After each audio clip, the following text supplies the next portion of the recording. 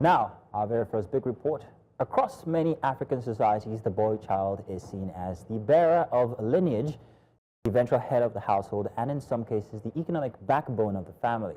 Now, this patrilineal bias type often inflates expectations and also burden the child, the boy child in this case, with rigid standards of masculinity that leave little room for vulnerability or deviation.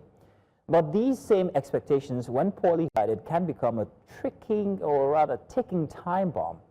A 2023 UNESCO report on gender and education shows that while girl-focused interventions have surged, support systems for boys are dangerously lacking, leading to rising dropout rates, substance abuse, and emotional repression among young males, especially in developing countries.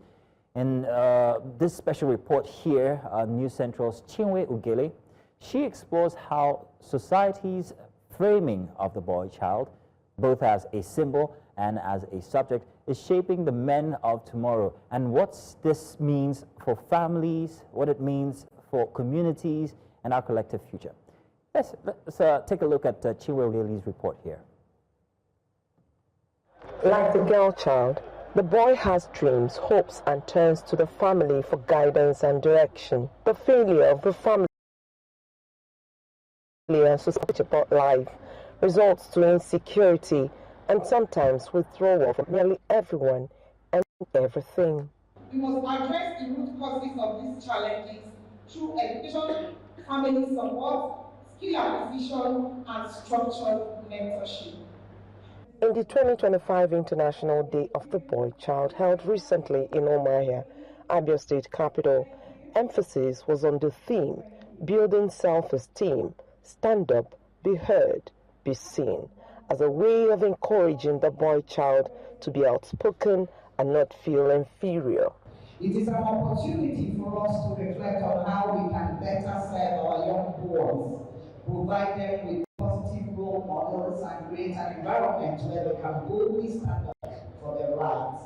The family upbringing is believed to influence the child's childhood as well as adulthood. My son in his whole life will never raise his hand to beat any female. So we want to raise a generation that will also follow generations of perfect males. I want to focus squarely on them, give them the basic necessities which they need to succeed in life. In addition, you also have to, as you are giving them money, pampering them, you also tell them, this is the way to get this. This is how to survive in life. The boy himself has struggles which he does not share with anyone because he must not show emotions as a male child. Because my parents, they lecture me on things about growing up as a boy. Because as a boy, they feel that you're going to be the head one day. You have your family of your own. So you have to be upright. So my own parents, we are 4 boys and we are 2 girls. They treat us the same way. I cook, my sister cook. Everybody do the same thing. The society will surely be better for it if as much emphasis is given to the raising of the boy child as much as the girl child. They need to be taught that there is much more to being a man aside from making money. In Umuahia for News Central, Chinwe Ugele. That was clearly a powerful and also sobering reflection on the state of the boy child in our society. Chinwe's report laid bare the consequences of piling cultural weight on young shoulders without providing the psychological, emotional, or even structural support to help them stand firm. As it seems, the boy child seems to be at the center of a quiet storm. And so to help us unpack more from the report and share her experience in the field, we're joined by our correspondent Chinwe Ugele, who's been engaging with parents, educators, and boys themselves. During the course of the conversation, we're going to be joined by Markfred Akachukwu. He's the founder of Gents Hangout. Fred, thank you so much for joining us. I appreciate you for coming on. Chinwe, let me start with you. What inspired this report? I mean, the boy child, not necessarily neglected, but oftentimes, whether it's social conditioning or societal pressures, was there a particular moment or story that made you pause and say, we need to talk about this now? Okay, thank you very much, Judith. You know, in recent times, there have been cases of gender-based violence across the state. I've done series of reports about domestic violence and all whatnot. And in the middle of this whole issue is the male child. And then I thought, and then recently there was also the celebration of the boy child, international celebration of the boy child. And I felt, I think it's time we begin to also look the way of the male folk. You know, it's not just about the girl child. I think because the society has found focused so much on the girl child, it looks as if the boy child is now left on its own to develop on its own, to find its own path without proper direction. You know, and that is also that has gone a long way to showing the kind of men that are churned out in families. You know, we begin to complain about men who don't behave well, men who don't know their duties and responsibilities. But then basically it's because, like some of them told me, in fact, the people who refused to even speak on camera said more, because to them it was like, nobody told me anything. I just grew up on my own and found out that this is what men do, and then I followed suit. So there's need. I think we might have lost Chinwe there. Chinwe, hopefully that you rejoin us back. But let's turn to Markfred now. Markfred, thank you very much for joining us this morning. So I'm wondering, in your case, you've worked with people, you've worked with boys, you've worked with young men. I'm wondering what the one common factor, the one common challenge that you've noticed that young men go through, what they express, and at what point in their life do they start to manifest these, challenges, do they start to face these challenges? Markfred, please. Thank you so much. I'm so delighted to also be here on this platform. Yes, I've been able to work with boys, boy childs, men, youth, young people in general over the past years, and I can attest that it's been a journey. Men have been able to face so much issues, and it actually starts as a boy. As a boy child. Over the years also, we have recorded stories from the street, from growing up, and the same stories are all real. They are all asked to man up. They are all asked not to show their vulnerability. They are all asked not to cry.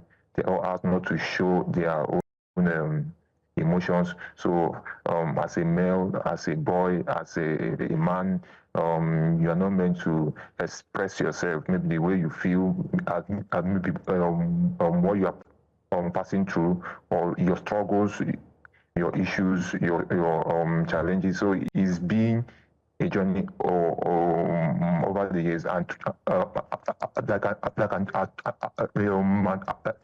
and through Gents Hangout also. We have also developed programs, symposiums, workshops to also help elevate the boy child, to empower ourselves in wellness, in wholeness, like making sure that the total man also is being. Markfred, I wanted to touch on something. I wanted to touch on something before you go too far. Now, you spoke about repression that the male child actually has to go through as they're brought up. But how do they then challenge these challenges? What do you do to be able to bring them out of, or what do you advise that they do to be able to bring them out of that repression into a much more expressive state? Okay, that's a very good question. So we have given them the chance to express their feelings. We run a community of all boys, all males.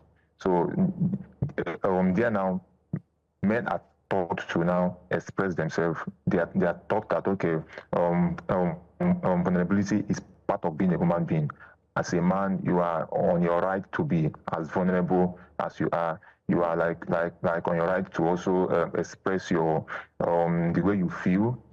If it's also all stocked up there. You are like on your right to also feel depression. You are also like on your right to feel peace, joy, and all those emotions are all suppressed. So by students doing also, they are now able to come out and then express themselves like in the society also, and again it is also wholesome also. Okay. Right. Now, Markfred, I have to ask you about the pressures of these expectations and what the side effect is of this pressure of expectations. I think it's important that we sound the alarm. What are the patterns that we see where this pressure that society saddles on the shoulders of those boys, what it means for them into adulthood and manhood? Okay, there has been so much demand, like on the boy child, so much demand from the family, the brother, the sister, the parents, the society, the religious body, the boss at the office, the workplace, the career. There's always this pressure. There's always this demand that, okay, you are meant to provide, you are meant to be there, you should just maybe show up, you are meant to be the last person to wake up, the last person to also maybe go to bed. You are all meant to be like at the front burner. So this whole pressures have been there, and then it's even the more reasons why the latest report now of UNESCO, it says like every year 1.6 billion men attempt suicide. Then out of that figure, like also a 500,000 of them also are dead. So this also have a way of making sure that the men also are like on constant low. They are not stable like in their homes. They are not even maybe stable in their workplace. And there's this drive to be more, to be better, to also show up also. So now we are also working on that. Like as of January also, we started a campaign on mental health, and then as of last month, we recorded like over 1,250 boy child that have been reached to be able to like evolve, to be able to know themselves, to be able to go and function on their wholeness and their wellness also. So if more bodies, more agencies, governments, stakeholders, and policymakers also will also join the drive, it will be like a good outcome. Yes. Yeah, Markfred, I wanted to ask you about that mental health when they ignore the mental health as well. But I do understand that our correspondent Ugele is back with us. So I'll just let you ruminate on that question before I go to Ugele, just for the sake of our viewers and also for our mothers and fathers and everyone who's watching, men or women, the effect of that mental health when it's ignored. What does that mean for our society? How does it translate? Like, what do we see it as? Is it violence? Is it, brain drain? Or should I say mental fog? Exactly what is sexual abuse, or physical abuse? So we're going to talk about that. I just want you to ruminate on that. But Chinwe, let me come to you, right? You are in the northeast. Sorry, I beg your pardon. You're in the southeast, mostly the eastern part of Nigeria. And if there's one thing that's certain, it is mostly patriarchal, even though the patriarchal side of the society is still very much uplifted, but it is still predominantly patriarchal. In your investigation, what are the patterns that you observed with societal expectations on boys, but most importantly, the cultural norms that sort of rule these patterns that we're seeing on societal expectations? Okay, part of it would be that the society down here expects that the boy should understand that he is the head of the family, and that a lot of responsibilities are placed on his shoulders naturally as a male child. So he is to take care of his siblings. I'm not even talking about his own family when he grows up to marry. So as a boy child, you know that growing up, you are expected, if it happens that you are the first child of that family, you are going to support your parents in raising your siblings. So financially, you are expected to be up and doing, and then you're also expected to take up responsibilities that fall on the shoulders of the family without being taught on how to do it, without being told anything. You are just expected to know and then carry on with it. And then you're not expected to show emotions.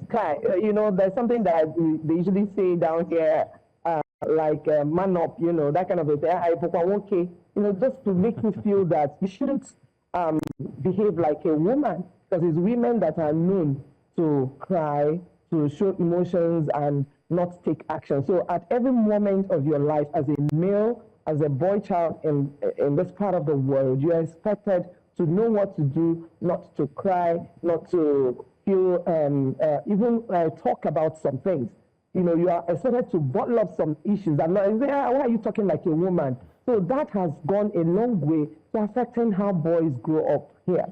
You know, some of them they have a lot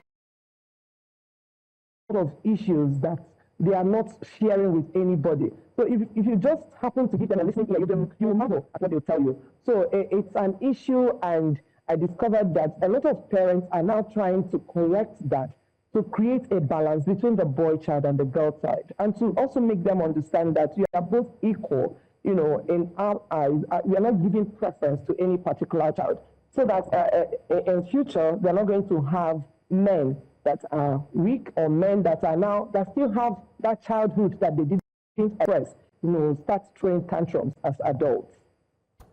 Rightfully put. Markfred, if you want to take a go at that question I posed to you earlier.